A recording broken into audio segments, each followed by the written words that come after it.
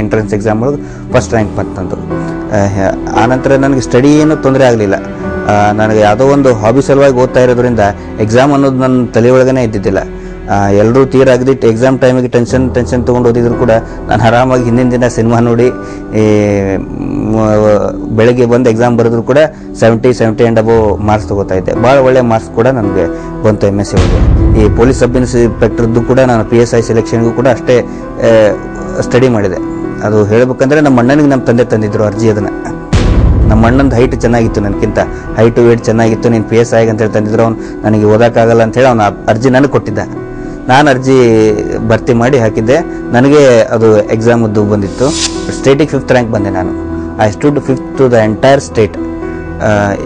ಅದಾದ ನಂತರ ಇಂಟರ್ವ್ಯೂನೂ ಬಂತು. ಇಂಟರ್ವ್ಯೂಗೆ ಅವಾಗ ಸ್ವಲ್ಪ ಮನೆಯಲ್ಲೇ ಜಗಳ ಪ್ರಾರಂಭ ಆಯಿತು. ಅಂದರೆ ನಮ್ಮ ತಂದೆ ಜೊತೆಗಿರೋರು ಕಲೀಗ್ಸು, ಅವ್ರ ಮಕ್ಕಳು ಎಲ್ಲರೂ ತಯಾರಿ ಮಾಡಬೇಕಾದ್ರೆ ಅವ್ರು ಹೇಳೋರು, ನಾನು ನನ್ನ ಮಗನ ಸಲುವಾಗಿ 5 ಲಕ್ಷ ರೂಪಾಯಿ ಕೊಡ್ತಾ ಇದ್ದೀನಿ, ನಾನು 8 ಲಕ್ಷ ರೂಪಾಯಿ ಕೊಡ್ತಾ ಇದ್ದೀನಿ ಅಂಥೇಳಿ. ನಮ್ಮ ತಂದೆಗೆ ಭಯ ಶುರು ಆಗಿಬಿಟ್ಟಿತ್ತು. ಯಾರಿಗಾದ್ರೂ ಇನ್ಫ್ಲೂಯೆನ್ಸ್ ಮಾಡಿಸ್ಬೇಕು, ಇನ್ಫ್ಲೂಯೆನ್ಸ್ ಮಾಡಿದರೆ ಪಾಸ್ ಆಗೋದಿಲ್ಲ ಅಂತೇಳಿ. ನಾನು ಹೇಳ್ತಾ ಇದ್ದೆ, ನೀನು ಸುಮ್ಮನೆ ಕುಂದರು, ನನ್ನ ಸ್ಟೇಟಿಗೆ 5th ರ್ಯಾಂಕ್ ಬಂದದ, ಚೆನ್ನಾಗಿ ಸ್ಟಡಿ ಮಾಡಿ ಇಂಟರ್ವ್ಯೂ ಮಾಡಿದರೆ ಯಾರ್ದು ಇನ್ಫ್ಲೂಯೆನ್ಸು ಬೇಡ ಅಂತ ನಾನು. ಇಲ್ಲ, ನನಗೊಬ್ಬರು ಮಿನಿಸ್ಟರ್ ಗೊತ್ತದಾರ, ಅವ್ರಿಗೆ ಹೇಳ್ತೇನೆ ಅಂತ ಹೇಳೋ ಭಾಳ. ಯಾಕಂದರೆ ಅವ್ರಿಗೆ ಭಯ ಎಲ್ಲಿ ಏನಾದರೂ ಕೈ ತಪ್ಪಿ ಹೋಗ್ತದೆ ಅಂಥೇಳಿ. ನನ್ನ ತಲೆಯೊಳಗೇನಿತ್ತು, ಕಷ್ಟಪಟ್ಟು ಓದೋನು ನಾನು, ನನಗೆ 100ಕ್ಕೆ 100 ಗೊತ್ತದೆ ನನ್ನ ಸಿಲೆಕ್ಷನ್ ಆಗೇ ಆಗ್ತದೆ ಅಂಥೇಳಿ. ನಾಳೆ ನನ್ನ ಕಷ್ಟಪಟ್ಟು ನಾನು ಸಿಲೆಕ್ಷನ್ ಆದರೆ ನಾಳೆ ಹೆಸರು ಯಾರು ಬರ್ತದೆ? ಆ ಮಿನಿಸ್ಟರ್ ಬರ್ತದೆ. ಇಡೀ ವರ್ಷಾನುಗಟ್ಟಲೆ ಓದೋನು ನಾನು, ಕಣ್ಣೊಳಗೆ ಎಣ್ಣೆ ಬಿಟ್ಕೊಂಡು. ಆನಂತರ ಆಮೇಲೆ ಆ ಮಿನಿಸ್ಟರ್ ಹೇಳ್ಕೊಂಡು ತಿರುಗಾಡ್ತಾನೆ, ನಾನೇ ಅವ್ನು ಸಿಲೆಕ್ಷನ್ ಮಾಡಿಸಿದೆ ಅಂಥೇಳಿ. ನಾಳೆ ಸರ್ವಿಸ್ ಮಾಡ್ಬೇಕಾದ್ರೆ ಪೂರ್ತಿ ನಾನು ಅವ್ನ ಅಡಿಯೊಳಗೆ ಕೆಲಸ ಮಾಡಬೇಕಾಗ್ತದೆ. ಹೀಗಾಗಿ ನನಗೂ ನನ್ನ ತಂದೆಗೂ ತುಂಬ ಜಗಳ ಆಗ್ತಿತ್ತು. ಆದರೂ ಕೂಡ ಇಂಟರ್ವ್ಯೂಗೆ ನಾನು ಒಬ್ಬನೇ ಹೊಂದ್ತಿದ್ದೆ. ಆದರೂ ಇಲ್ಲ, ನಾನು ಬರ್ತೇನೆ ಅಂಥೇಳಿ ನಮ್ಮ ತಂದೆ ಹೇಳಿದರು. ನಾನು ನಮ್ಮ ತಂದೆ ಇಬ್ಬರೇ ಬಂದು ಸಿಂಪಲ್ಲಾಗಿ ಇಂಟರ್ವ್ಯೂ ಅಟೆಂಡ್ ಮಾಡಿ ಬಂದ್ವಿ.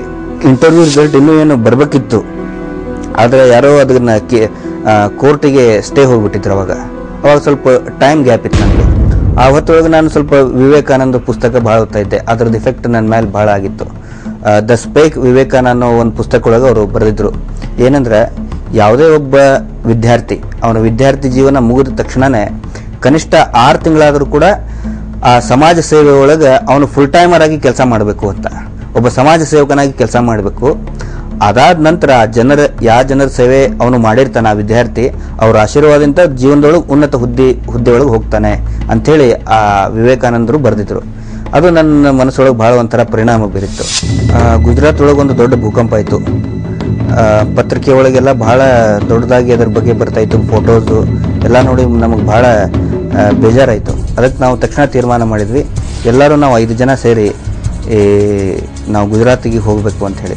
ಅವಾಗ ತಕ್ಷಣವೇ ಎಲ್ಲರೂ ನಾವು 5 ಜನ ಸೇರಿಕೊಂಡು ಹುಬ್ಳಿ ಮತ್ತು ಧಾರವಾಡದೊಳಗೆ ಆ ಒಂದು ಬಾಕ್ಸ್ ಮಾಡಿ, ದೇಣಿಗೆ ಬಾಕ್ಸ್ ಮಾಡಿ ಗುಜರಾತ್ಗೆ ನಾವು ಹೋಗ್ತಾ ಇದ್ದೀವಿ ಅಂಥೇಳಿ 2 ದಿನದೊಳಗೆ 10,000 ರೂಪಾಯಿ ದುಡ್ಡು ಕಲೆಕ್ಷನ್ ಆಯಿತು. ಆ ದುಡ್ಡು ತೊಗೊಂಡು ಅಜ್ಮೀರ್ ಎಕ್ಸ್ಪ್ರೆಸ್ಸಿಂದ ನಾವು ಮರುದಿನ ಬೆಳಗ್ಗೆ ಅಂದರೆ 1ನೇ ತಾರೀಕು ಫೆಬ್ರವರಿ 1ನೇ ತಾರೀಕಿಗೆ ನಾವು ಬೆಳಗ್ಗೆ ಅಜ್ಮೀರ್ ಎಕ್ಸ್ಪ್ರೆಸ್ಸಿಂದ ಗುಜರಾತಿಗೆ ಹೊರಟ್ವಿ. ಅಲ್ಲಿ ಹೋದಾಗ ಪರಿಸ್ಥಿತಿ ನೋಡಿ ನಮಗೆ ಭಾಳ ಗಂಭೀರ ಮತ್ತು ಆಘಾತ ಆಯಿತು. ಯಾಕಂದರೆ ಸಾವಿರಾರು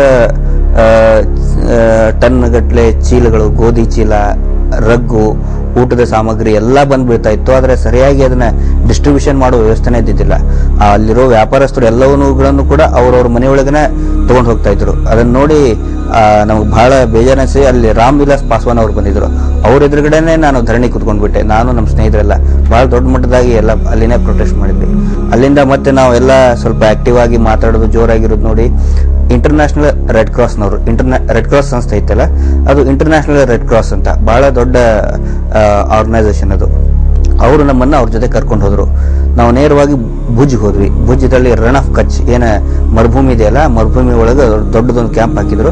ಅಲ್ಲಿ ಟೆಂಟ್ ಹಾಕಿ ಬರೋ ರೋಗಿಗಳಿಗೆಲ್ಲ ನಾವು ಎಷ್ಟೋ ಜನ ಪಾಪ ಕೈ ಕಾಲೆಲ್ಲ ಕತ್ತರಿಸ್ಕೊಂಡು ಬರೋರಿದ್ರು, ಅವರಿಗೆಲ್ಲ ಆರೈಕೆ ಮಾಡೋದು, ಅವ್ರನ್ನ ನಾವು ಟೆಂಟಿಗೆ ಶಿಫ್ಟ್ ಮಾಡೋದು, ಆಸ್ಪತ್ರೆಗೆ ಶಿಫ್ಟ್ ಮಾಡೋದು, ಇದೆಲ್ಲ ಕೆಲಸ ಮಾಡ್ತಾ ಇದ್ವಿ. ಕರ್ನಾಟಕ ಗೌರ್ಮೆಂಟಿಂದ ಒಂದಿಷ್ಟು ರಿಪ್ರೆಸೆಂಟೇಟಿವ್ ಬಂದಿದ್ರು. ಅದರಲ್ಲಿ ದಿನೇಶ್ ಗುಂಡೂರಾವ್ ಅವರು ಕೂಡ ಒಬ್ಬರಾಗಿದ್ದರು. ಅವ್ರು ಬಂದ ತಕ್ಷಣ ನಾವು ಭಾಳ ಖುಷಿಯಿಂದ ಅವರಿಗೆ ನಾವು ಇಂಟ್ರೊಡ್ಯೂಸ್ ಮಾಡ್ಕೊಂಡ್ವಿ. ಸರ್, ನಾವು ಹಿಂಗೆ ಸ್ಟೂಡೆಂಟ್ಸು, MSc ಆಗಿದೆ ನಮ್ಮದು, ಇಂಥಲ್ಲಿ ನಾವು ವಾಲಂಟ್ರಿ ಸರ್ವಿಸ್ ಮಾಡೋದಕ್ಕೆ ಬಂದಿದ್ದೀವಿ ಅಂತೇಳಿ ಅವರು ಭಾಳ ಖುಷಿಯಿಂದ ಎಕ್ಸ್ಪ್ರೆಸ್ ಮಾಡಿದರು. ನನಗೆ ತುಂಬ ಖುಷಿ ಆಗ್ತಾ ಇದೆ ರೀ, ನನಗೆ ನೀವು ಕನ್ನಡಿಗರು ನೀವು ಬಂದಿದ್ದೀರಿ ಅಂತ ನನಗೆ ತುಂಬ ಹೆಮ್ಮೆ ಆಗ್ತಾ ಇದೆ. ನಾನು ಸ್ವಲ್ಪ ಊರು ನೋಡ್ಕೊಂಡು ಬರಬೇಕು, ಎಲ್ಲೆಲ್ಲಿ ಮನೆ ಬಿದ್ದಿದೆ ಅಂದ ತಕ್ಷಣ ನಾವು ನಮ್ಮ ಜೊತೆಗಿರುವಂಥ ಒಂದು ಮಾರುತಿ ವೆಹಿಕಲ್ ಇತ್ತು, ಅದನ್ನ ಕಳಿಸಿಕೊಟ್ವಿ ಅವ್ರಿಗೆ.